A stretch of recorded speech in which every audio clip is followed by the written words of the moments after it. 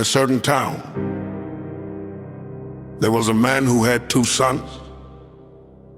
The younger son, wanting to experience life on his own, approached his father and asked for his share of the inheritance.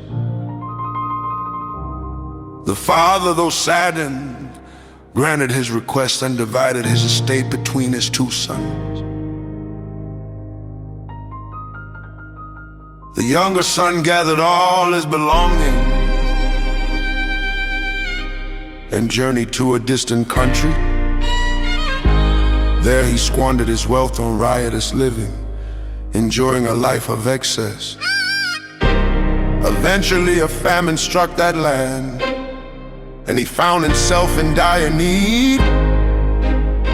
In desperation, he took a job feeding pigs, but he was so hungry that he longed to eat the pods the pigs were eating. Yet no one gave him anything.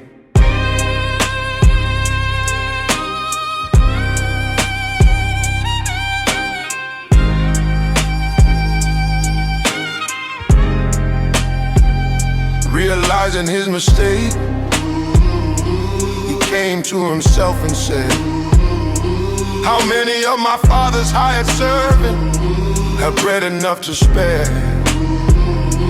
And here I am perishing with hunger. I will arise and go to my father, and I will say unto him, Father, I have sinned against heaven and before thee, and I'm no more worthy to be called thy son. Make me as one of thy hired servants." Yeah. Yeah. So he arose and journeyed back to his father. While he was still a great way off, his father saw him and was moved with compassion.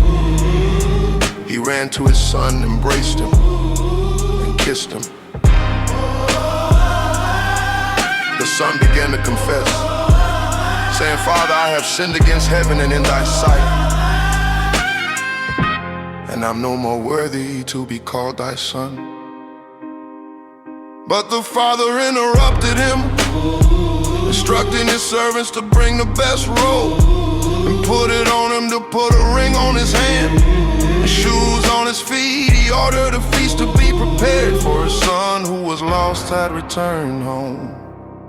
Meanwhile, the elder son was in the field. When he came near the house, he heard music and dancing.